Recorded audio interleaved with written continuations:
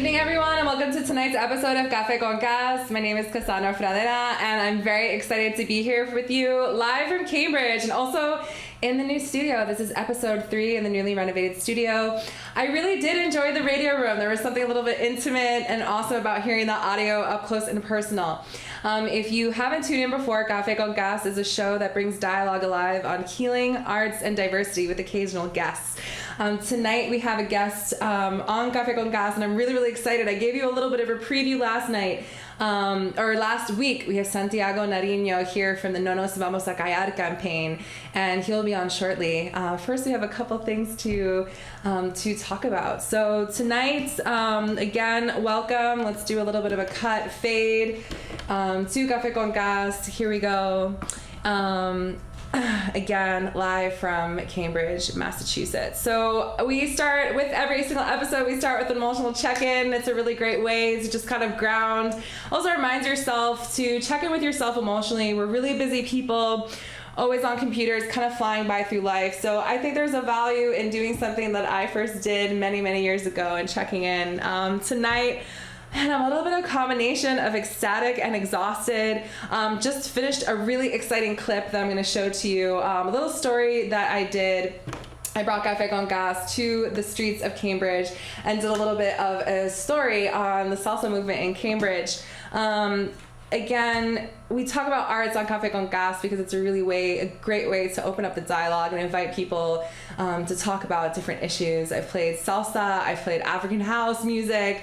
About 3 weeks ago, we had our top 10, basically my TRL dream fulfilled. And tonight, I'm really excited to premiere this Café con Gas special report. We're going to pull this up right here.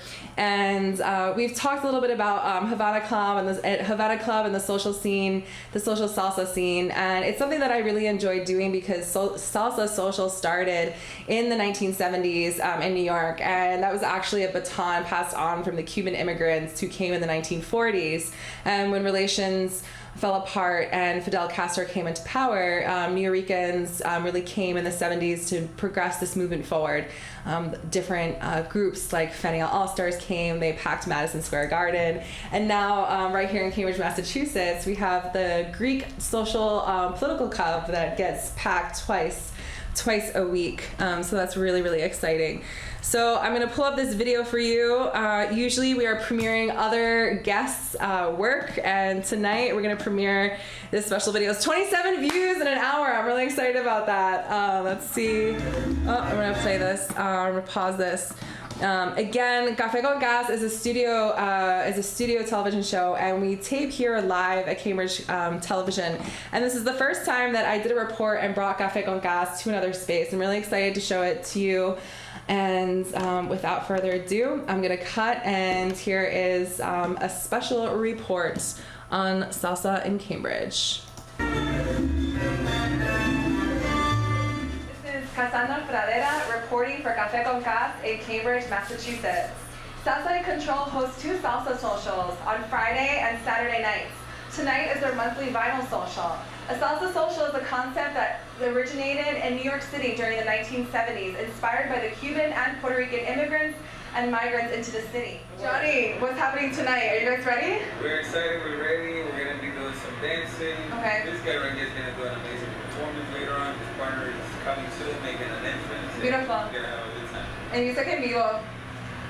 Now, in 2015, and in Cambridge, Massachusetts, Salsa y Control, a dance company founded by brothers Johnny and Andres Giraldo, has brought salsa to Cambridge and Boston and has become the biggest dance company in the Boston area, including 40 dancers, 5 different competitive teams, and also a performance project called Leas Chicas.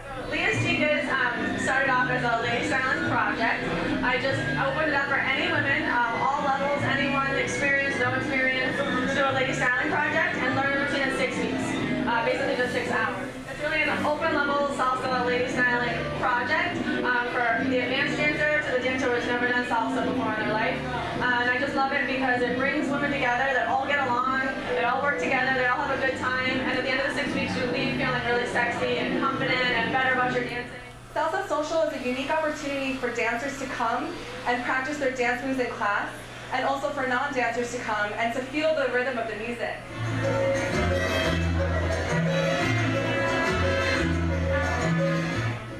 Salsa itself has Cuban roots and also and African roots. It combines intricate footwork and also el clave. El clave es el ritmo del salsa. El clave signifies two sticks coming together, and it usually sounds a little bit like that.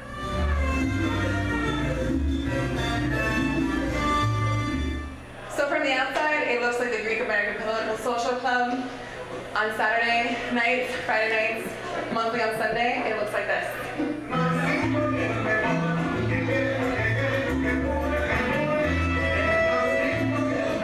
Some people want to dance because they want to get away from their worries. Some people want to dance because they want to make friends. Some people dance because they want to perform or just become a great social dancer. So what makes me enjoy teaching is making my students happy with whatever they want. If they want to become a great dancer, that's my job to make them a great dancer and help them as much as I can. If they just come because they want to be social, I'm fine with that. I'll help them as much as they want. But as long as my students are happy with what they want out of salsa, that's what makes me happy. I invite you to come see it for yourself at 288 Green Street in Cambridge, Massachusetts, at the Greek American Political Club that hosts Salsa y Control on Friday and Saturday nights, and for a monthly vinyl social. If you're local, go take a class and go see for yourself what salsa is really all about.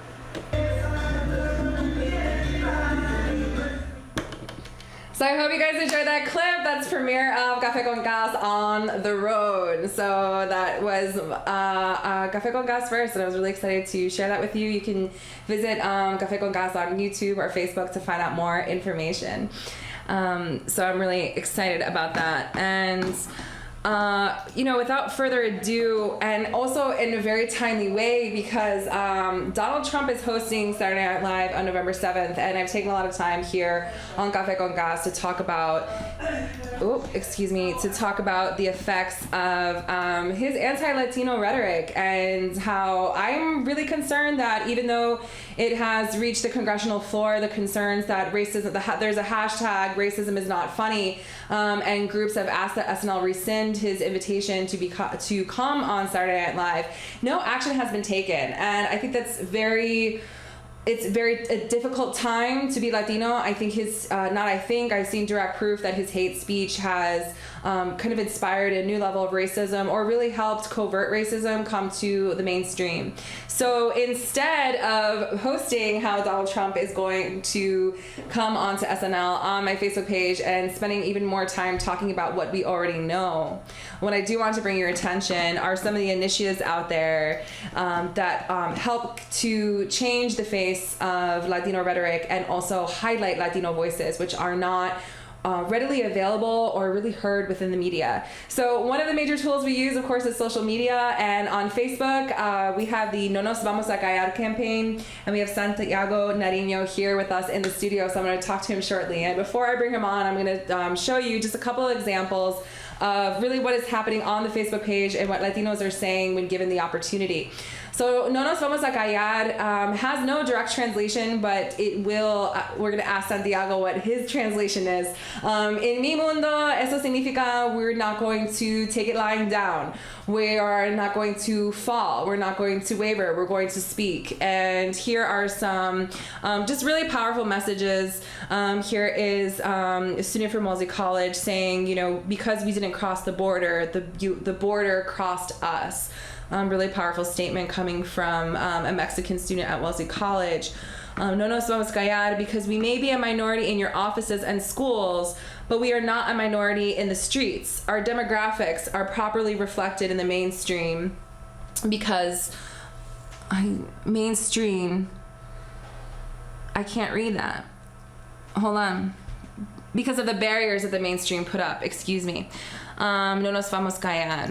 And here's another one. Because América nació libre, el hombre la dividió. Ellos pintaron la raya para que no lo brincara y llaman invasor. Es un error. Bien marcado. Nos quitaron 8 estados. ¿Quién es aquí el invasor? Soy extranjero en mi tierra y yo vengo a dar las guerras. Soy trabajadora. a very powerful message translated to America was born free, but men divided it. They marked a line so that I jump it, and they call me the invader, and that's a frequent mistake. They took from us 8 states.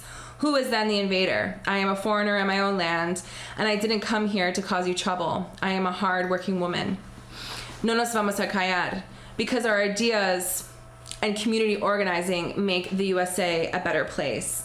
Again, just if you visit their Facebook page, this campaign not only is highlighting voices, but it's also encouraging and providing resources for Latinos to go register, rock the vote, and also talk about the reasons why they would vote or the reasons why they stand in solidarity in confrontation against this very anti-Latino rhetoric. So I'm very, very excited. I usually talk a lot about Facebook resources and I highlight different stories, but today we have Santiago with us. Santiago is from Bogota, Colombia, and he's also the Latino Caucus Chair and a Latino activist.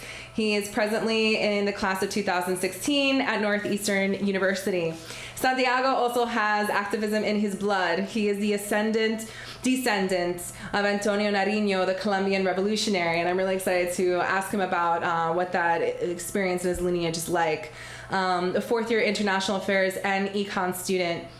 His hobbies include photography, which you can see by the quality of the work on the No Nos Vamos a Callar campaign, and he's dedicated to Latino issues and advocacy work. So without further ado, Santiago, please join us on the main stage. Thank you so much for coming tonight. Thank you for having me. Bienvenidos. Hello. Hi, everybody. Yeah, so Santiago, please, I would love to know more about the steps that you took to create this Facebook page and why were you compelled to organize this type of effort? Of course. So the campaign really came about through a Jorge Ramos post that I saw on his Facebook page, and he has been very outspoken in the last couple of months about going against Trump and really going out and speaking out. And one of the things that I really noticed when doing my work with the Latino Caucus is that there's not a lot of Latinos that are involved in politics right now, and especially in the college stage. The college Democrats right now is very white, and I felt very uncomfortable to be in such a white space. And my job was to bring Latino issues to these college Democrats chapters all around the state, and it just was almost impossible because there was no way to bring in our narrative or our stories without them just kind of ignoring it, or some were really interested, but there wasn't really the Latino representation that had to be there. So through that, I was kind of fed up, and I just basically brought on, I thought, No Nos Vamos a Callar, that's the post Jorge Ramos had put up, and it was very inspirational for me, and it just kind of clicked. I was like, what if we do a campaign where we touch on all of our networks, all of the chapters in CDM. We have 23 chapters in the state of different colleges, of college Dems, and what if we touch into those? What if I touch into the Latino organizations on campuses? Why aren't we unifying a conversation about why this rhetoric has to change and why we have stuff to say? So from there, I really just started looking into what different contacts I had at different universities. I posted something on Facebook if there was any other interested photographers that were interested in doing some work on Latino issues. And from there, just kind of came together. And I started just really by going to different Latino organizations meetings at BU, Northeastern, BC, and I just went there and I pitched it to them, and they're like all very, very receptive. And from there just kind of started growing, and we've had probably around 7 different colleges who participated, including BC, BU, Northeastern, Middlebury College, Wellesley, UMass Dartmouth, and it just kind of snowballed, and everybody was just like, we want to get into this, we want to do this, and it's just been a very, very rewarding experience to see so many Latinos speak up, especially so many Latinas, just really, that's been my core representation in the colleges. It's been just Latinas who are really into changing the rhetoric, and it's been an amazing thing to see them grow as leaders and just see them push through that. Have you always been politically involved or really drawn to politics? Yeah, so I've been always pretty interested in Latino issues, and when I moved to the United States, obviously it starts with politicization that we get when we come into this country and being undocumented and Right. different experiences like that. And when you go through such a process, I think it's impossible not to have some sort of political consciousness creating in the back of your mind.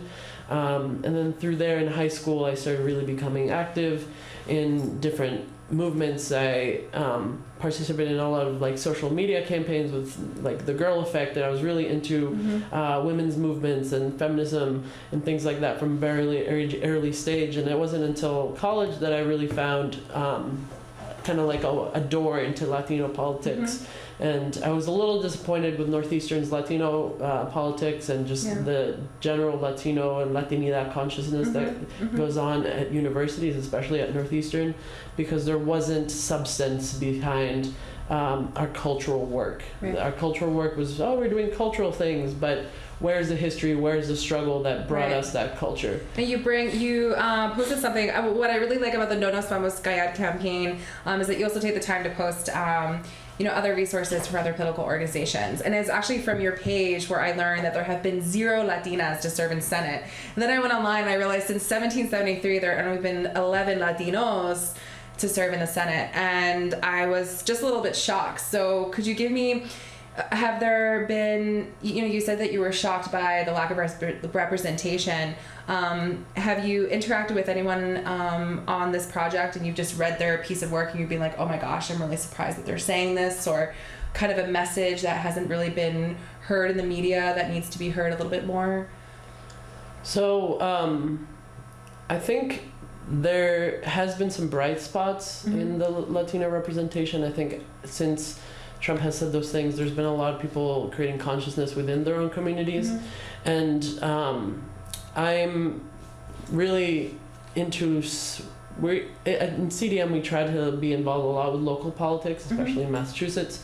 And there's 2 current Latino leaders that are really pushing amazing things, and they're both just graduated from college.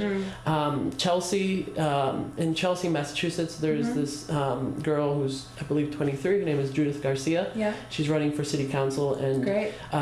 She's the first Latina to ever run for city council and ever be so close to be running. Her, they had primaries, and she won the primaries, and she was first place in the primaries. Wow. And she's really been leading the effort in going out there and really speaking to our people, our population, and just really talking to them about what matters to them.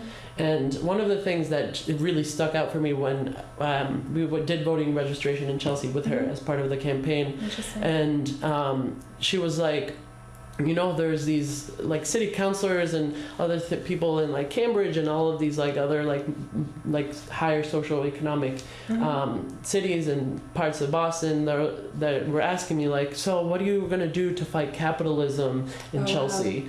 And Judith was just responded to, we were having a conversation, she was like, that made me so mad because my community is worried about violence, my community is worried about cleanliness in the streets, they're worried about jobs. Yes, we have to fight against capitalism, we have to fight against systemic issues in a very, very important way, in an anti-racist manner, but don't ask me that when my population's suffering and they can't even have the basic necessities. Right. Why aren't you asking me how are we going to improve the situation for everyone, in a sense, instead of just thinking of these like large concepts on how you're going to do this and this and that. So I think that really touched me, and that really like brought me to the ground, and really brought me to start grappling with what it means to be a voice and a door, a gateway door for other Latinos.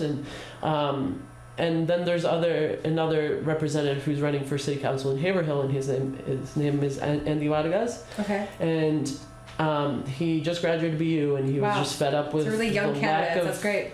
representation. In his town. His town is, I think, 16%. Don't quote me on that, but around just like very it's a decent amount of Latinos, and there's never been a Latino candidate or a Latino representative. So I think those stories are really inspiring me to continue doing the work and continue like raising up the voices that need to be heard. And so it's been a really that's great, fantastic. And it also seems like also a tool to highlight those necessities. Because as you said, people are so used to, or there's a certain area of politics that depends on that lofty rhetoric, but how are you going to really get to like the basis and get to the people? In your experience and in all your efforts in engaging people to vote, have you found that many Latinos are actively voting, or have you discovered any barriers to their voting, or is it just people are not as informed and ready to go out and vote? Because I know that there's 54 million Latinos, but only about 21 million Latinos only voted in the 2008 election. So how can you get more Latinos so to get active? in the last presidential election, there was 49% of the Latinos eligible to vote or actually went out to the polls. That's the lowest in all of the demographics in the United States. And what I've found is that we have to be very conscious to just chunk us into the Latino category, because there's different parts of our community that are voting quite a bit. There's Cuban Americans that vote quite a bit, and there's also the socioeconomic, background of these communities and how our different communities are voting. Right. So lower income communities aren't voting as much, and it just in Massachusetts we're one of the luckier states where we're able to not have such strict voting laws, but in the South there's a lot of barriers for people of color to vote. Yeah. So I think that's something that we have to keep in mind in how we approach conversations with people. In Chelsea, for example, when we were approaching conversations with them, a lot of them were residents who couldn't afford the citizenship test and all of the processes. A lot of them were undocumented. Probably around 75% of the Latinos we talked to in Chelsea were undocumented. And then there's other Latinos who were very excited and very eager to vote, and they're very open to the conversation. And then there's the college scene and the middle upper class Latinos who are usually the ones who go out and vote. We've seen quite a bit of people of color, because we've engaged people of color in all, so Asians, Latinos, and African Americans in this initiative when we do our workshops with Latino Action Group. So with that, there's been a kind of a disappointing kind of pattern that we've seen with college students, that they're not registered to vote as much as they should be. And I don't know if it's because it's the off season and it's not election year yet. So I'm hoping that's the case, but I mean, this whole campaign is really to push college Latinos to really engage the community and also engage their own network of college Latinos to vote. So that's great, because that's how it really works. People talking to each other and helping each other out and getting out to the polls, because I know it's not necessarily easy to take the day off or the morning or to do that. I am really pleasantly surprised. We have about a minute and a half left for our interview. It goes by really quickly, and I really wanted to know, I've seen all the pictures, but what is the reason why you will not, what is your No Nos Vamos Gayan reason? So, I mean, I think for me, it's really about bringing the voices of my community into the spotlight and really highlighting the voices that are not represented at all. And that, I think that is really the core reason why I'm doing this work, because I'm sick of not seeing Black and Latinos being represented in college Democrats. So where are the Afro Latinos at? Can we get some? Yeah, where are they at? Yeah. So it's just really about bringing their voices up and really giving them the tools and the resources for them to learn and be empowered and really feel passionate about different resources and different opportunities that they have. So everyone who's watching tonight, I hope you go and visit the No Nos Vamos Callar campaign, submit a photo, and also and also check out Santiago Nariño for the future. He comes from a very strong legacy, and it looks like he has a very bright future. So thank you for coming on the show. And thank you so much. Awesome. Thank you.